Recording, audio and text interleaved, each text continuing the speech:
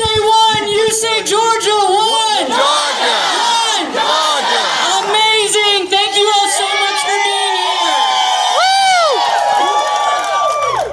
Well, I am not going to talk too long. My name is Melody Oliphant. I'm the Deputy Political Director for One Georgia, and I am excited to be in Spalding County this afternoon with y'all. We have 2 days left of early voting, today and tomorrow. Y'all can go early, 9 a.m. to 5 p.m. at the Griffin Sports Hall of Fame. Raise your hand if you've already early voted. Well, everybody with their hands up, that means that y'all are ready to volunteer so that we can get the job done. So if y'all will make sure, if Kaylin and Terrence will raise their hands, they're in the back there waving at y'all, make sure to see them and sign up to make phone calls, sign up to send text messages, knock on doors, because that is what it's going to take to win this election. With that, it is my honor to introduce Dr. Sid Chapman, your Democratic County Chair, and a man who needs no introduction. So here you go. Yeah. Is this great or what? We're going to have Stacey Abrams here and Spalding and other candidates, our local candidates. Give them a great big welcome for Griffin. What a lot of folks have learned, we do have a Democratic Party here in Griffin and Spalding County, and it's been alive, becoming really awake in the last few years, and we're really proud because you're the ones that are making it happen. And so we are delighted to invite this ticket here today, the top of the ticket. You got great candidates all the way down down the ticket. And so, but we are proud to be Democrats. And we are proud to have Stacey Abrams as and as I said, we need you to work with the local Democratic, Spalding Democratic Committee. You're always welcome. We meet at the Annex over there on the third Thursday.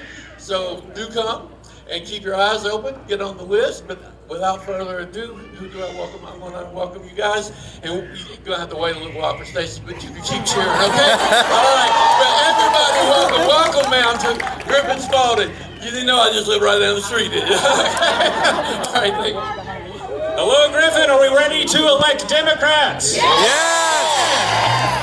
I'm so proud of my Spalding County Democrats because you guys have grown a lot. Thank you guys so much. I ran for you guys in 2020. My name is William Harris. I'm running for House District 74, which contextualizes Western Spalding County for you guys. I also go up into Fayette and up into Hampton. Whenever I ran for you guys in 2020, I got 44% of the vote. Woo! Thank you. Thank you so much for that, actually. Stacey Abrams was a huge supporter of my campaign in 2020. It's a big reason why I was able to do what I did. I'm running because I'm a millennial. I'm 34 years old. I'd be one of the youngest people elected into office. Yeah, it's time to pass the baton. I can do this every 2 years, y'all. My opponent has to retire out of this. So I want you guys, I look forward to your continued support. I believe there's a literature table towards the back. You can pick up a piece of my literature. But I'm proud to introduce Anthony Dixon, who is covering the other side of Spalding County. Woo! Griffin, are you ready? Yeah. Are you ready? Yeah. My name is Anthony Dixon, and I'm running for District 134. And I'm looking forward to 2 years. Do you understand? I'm looking forward to 2 years. Yeah. Okay? So I would like at this time to introduce to you our next Labor Commissioner, William Spalding. Thank you so much. It is just amazing to be here. Spalding County Democrats, good afternoon. Good afternoon. Look, it is just wonderful to be here with this amazing Democratic ticket and my dear friend, the next governor of the state of Georgia, Stacey Abrams.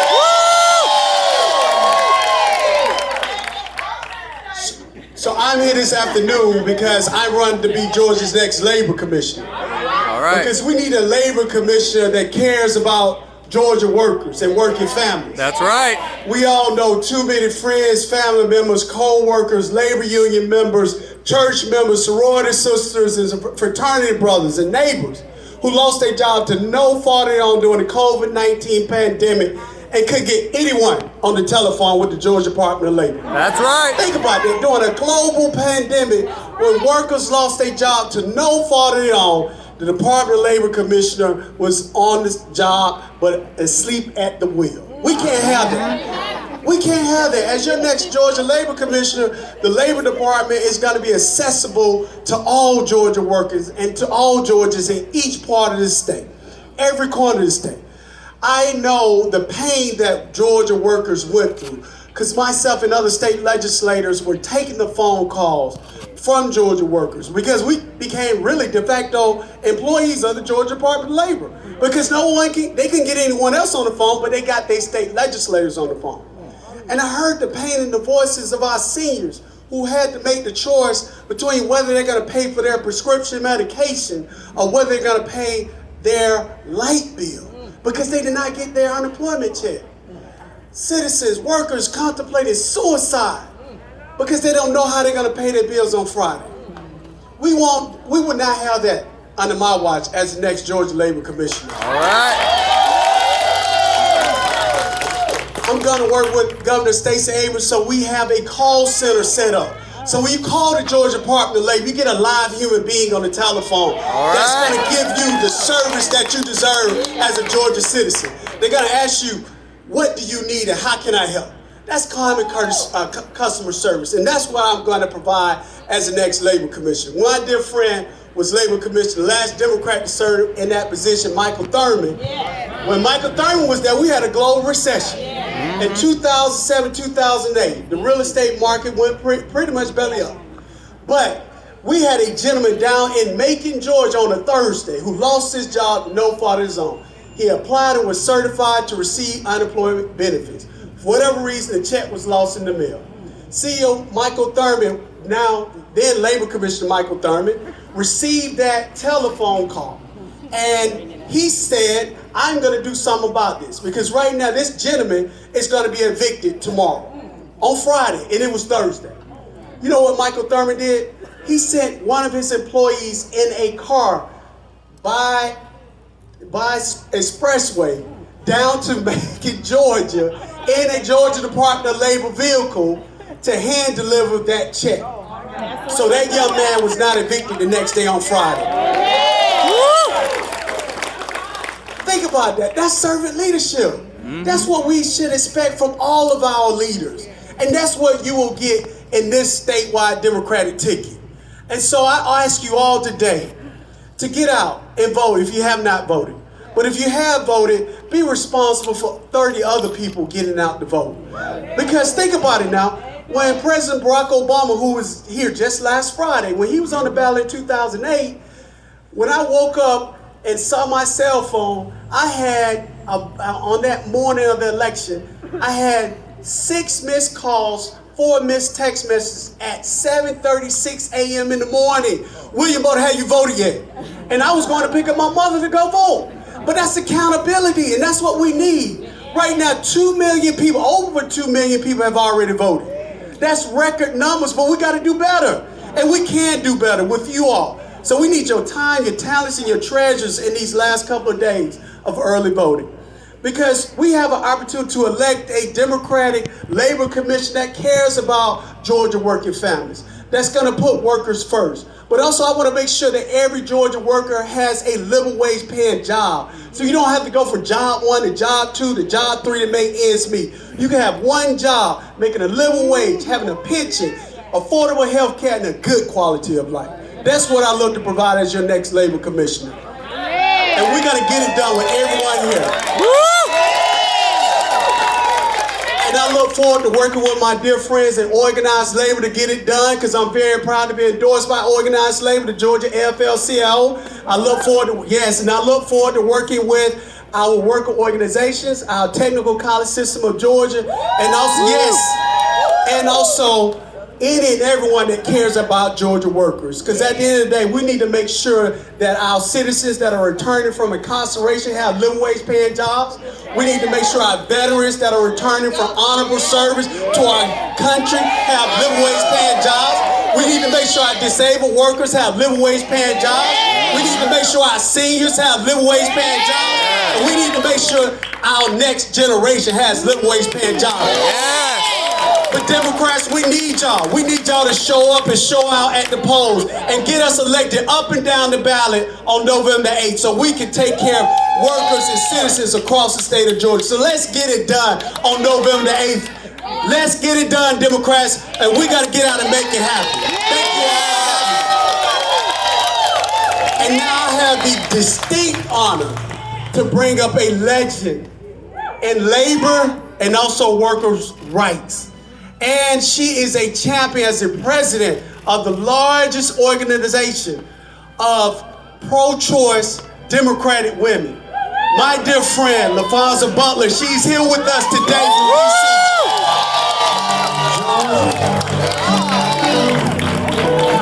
Georgia. Spalding County, how you doing? I asked the team if they could play that song because Georgia, you are indeed on my mind. But Spalding, Georgia, you're not just on my mind, you are on the mind of this country. Because just 2 years ago, you sent this country a message about what you wanted Georgia to represent. Just 2 years ago, you were very clear with the country about how they needed to respect not just your voice and your vote, but your presence and your work. Because you worked your butts off to make sure that Raphael Warnock and John Ossoff were sent to Washington, D.C. That's right. You worked your butts off to register thousands of Georgians who needed to get their voice heard in that democracy, in this democracy, in our democracy. That's right. We're going to work our butts off, Spalding, Georgia, because you are on the mind of this country as you have just 2 more days to early vote to send Stacey Abrams to be the next governor.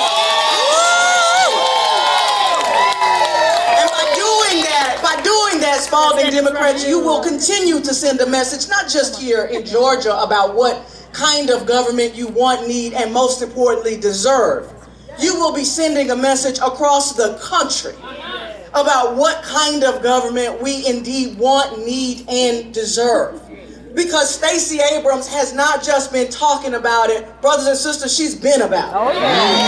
She's not just been thinking about Georgia, she's been working for Georgia. She's not just been talking about, she has been doing everything that she has spoken. And so we are sick and tired of politicians who are going to come to our communities and give us a good rally speech and tell us how important we are just before the election.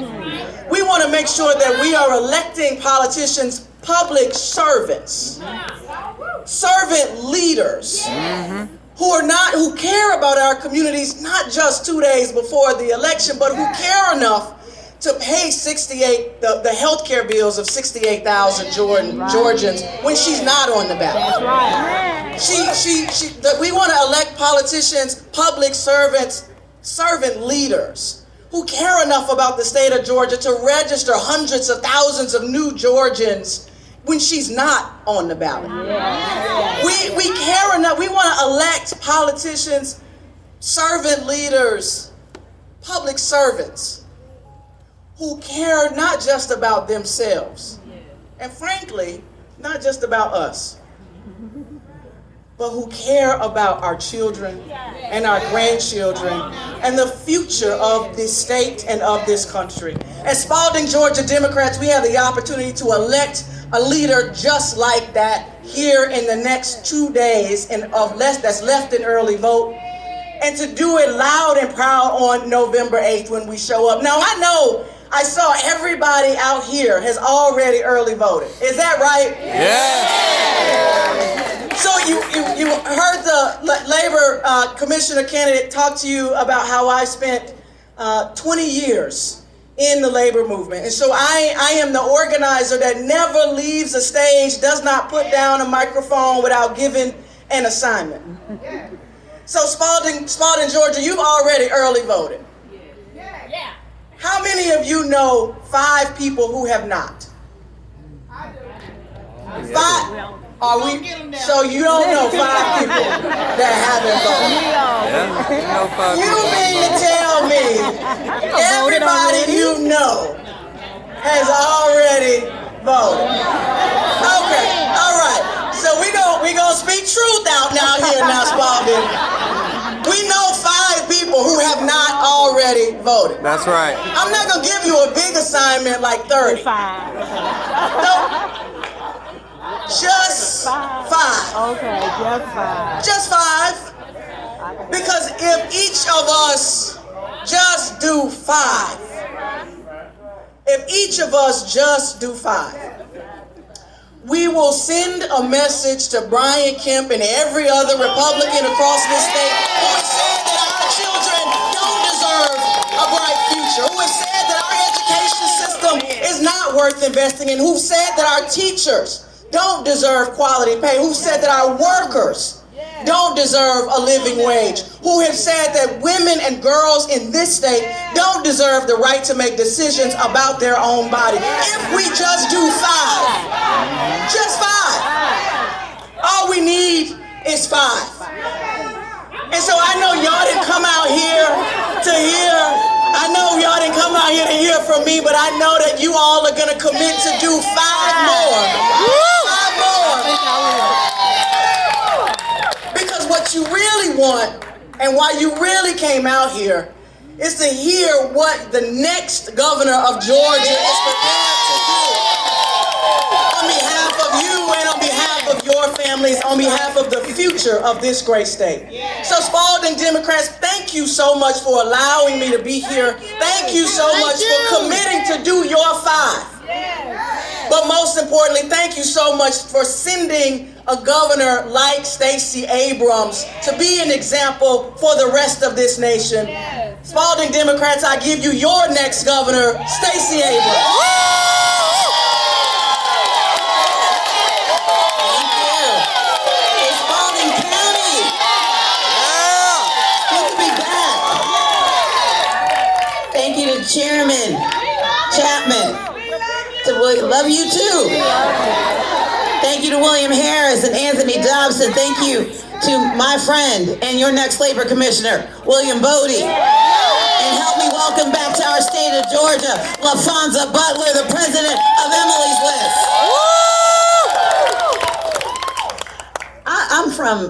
I like to say I was technically born in Wisconsin. I just remember being cold and cheese curds. But I grew up in Mississippi and came of age here in Georgia. We moved to Georgia when I was 15 and I graduated from DeKalb County Public Schools, which is why I intend to be the public education governor of the great state of Georgia. But I've always known that I wanted to represent the whole of Georgia. But I'm gonna take you back to Mississippi with me for a second. You see, when I was growing up in Mississippi, my parents were what was described as working poor. I know none of y'all have ever heard that. Yeah, my mother was a librarian who sometimes made less money than the janitor who cleaned the college, even though she had a master's degree. My father was a shipyard worker at Ingalls Shipbuilding, which is about 45 miles from where we lived. And my dad, when we would get closer to the holiday times, when Santa Claus needed a little help, my father would work multiple shifts to make some extra money. And there was one winter when it got cold and rainy, and I grew up on the Gulf of Mexico. The weather was like this all the time. And it was cold, and my dad was working multiple shifts, and the problem was my parents had one car. And my mother had to keep the car because I have 5 brothers and sisters.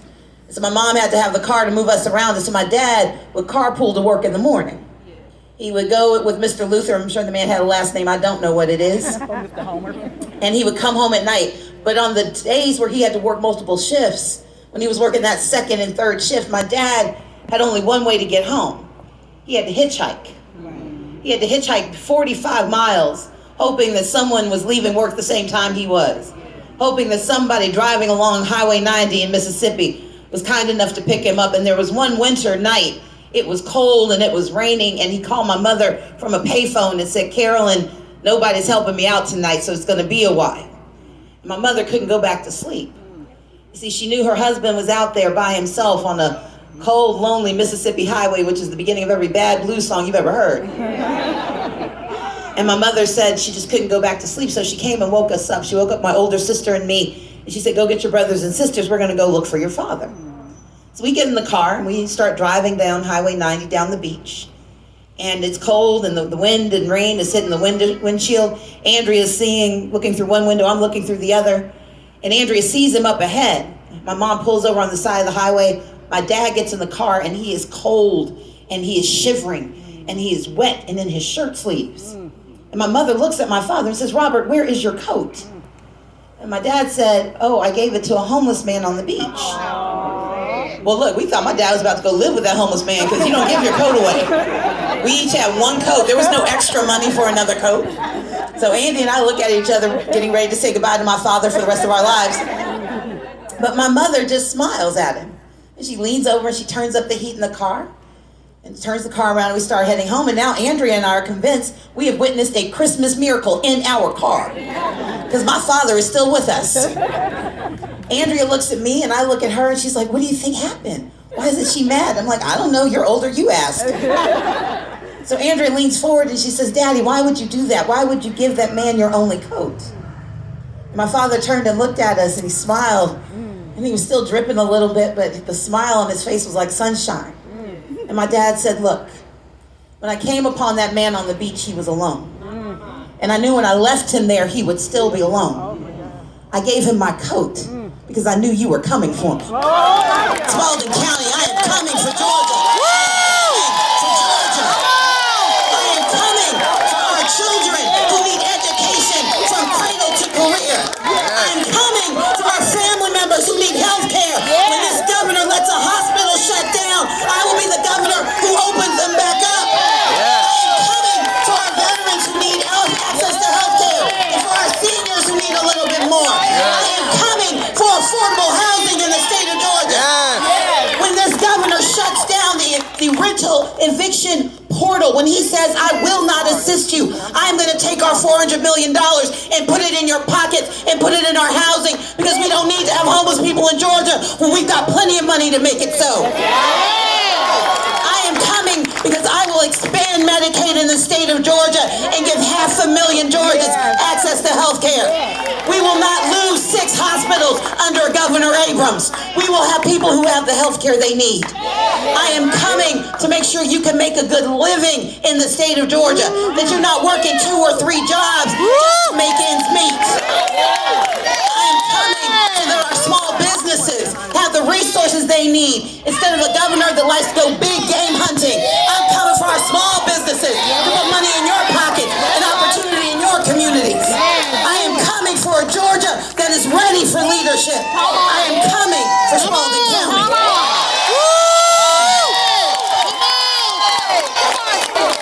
I can't get there alone. That's right. I am coming. I appreciate it. I am coming for a Georgia where for the last 4 years we have watched a governor who has refused to help, who doesn't seem to care. When you are standing in a position of power and you let 6 hospitals shut down on your watch, you don't care. When you turn away $3.5 billion every single year and say you can't figure out why people don't have health insurance, you don't deserve the job. That's right. That's right. When you are willing to turn off the resources that have been given to our people to keep them under roofs instead of under bridges, you don't deserve the title of governor. That's right. Look, when you are willing to eliminate access to rental eviction assistance, just to quietly turn it off on Tuesday hoping nobody notices. But I think he was sending us a subliminal message. It's time to evict Brian Kemp.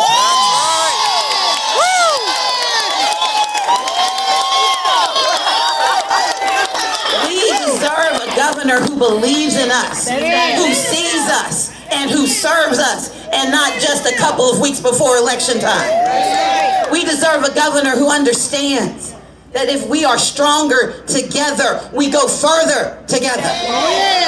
We need a governor who is willing to do more than attack our freedoms. That's the one thing he's excelled at. He has attacked our freedom to vote. He has attacked our right to be safe. This is a governor who has weakened gun laws in the state of Georgia. Gun violence is the #1 killer of our children. We have the 9th highest gun violence rate in the nation. And I don't know if he was lying or just confused, but he knows that he banned background checks in Georgia with that law he passed so he could win a primary. And he's going to tell you, oh, well, she's going to take, I don't want your guns. I don't want your guns. My great-grandmother taught me how to shoot. Her name was Moo Moo. She showed me how to shoot a shotgun when I was big enough to hold one. And she said 2 things. #1, don't aim it at anything you don't plan to shoot, even in a commercial.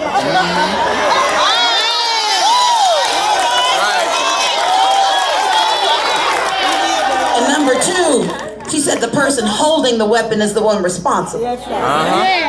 Brian Kemp wants us to believe that we don't have the right to be safe in our persons unless every person around us has a gun with no background check. I don't want your guns. I believe what Ronald Reagan said. I believe in trust but verify. Let's make sure that dangerous people don't have weapons. You see, Brian Kemp wants us to think we have to make a false choice. And I'm here to tell you we can protect the Second Amendment and protect second graders in the state of Georgia. We just need the right leader. That's right. We need a leader who will protect our right to vote, protect our right to be safe, and protect the rights of women to control our bodies. And just this week, he stood on stage, and when he was asked point blank, are you going to put further restrictions on a woman's right?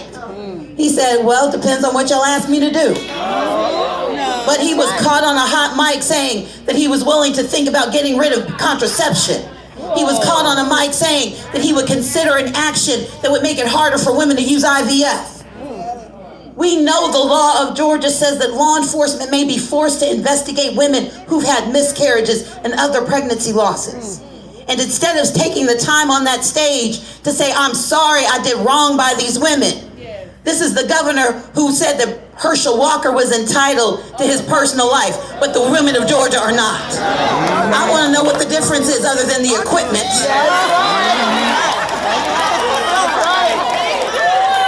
He has shown us who he is. He has broken the promise of the right to privacy. He has made women second-class citizens in this state. And it took a man to break that promise. I'm here to tell you it's going to take a woman to put it right.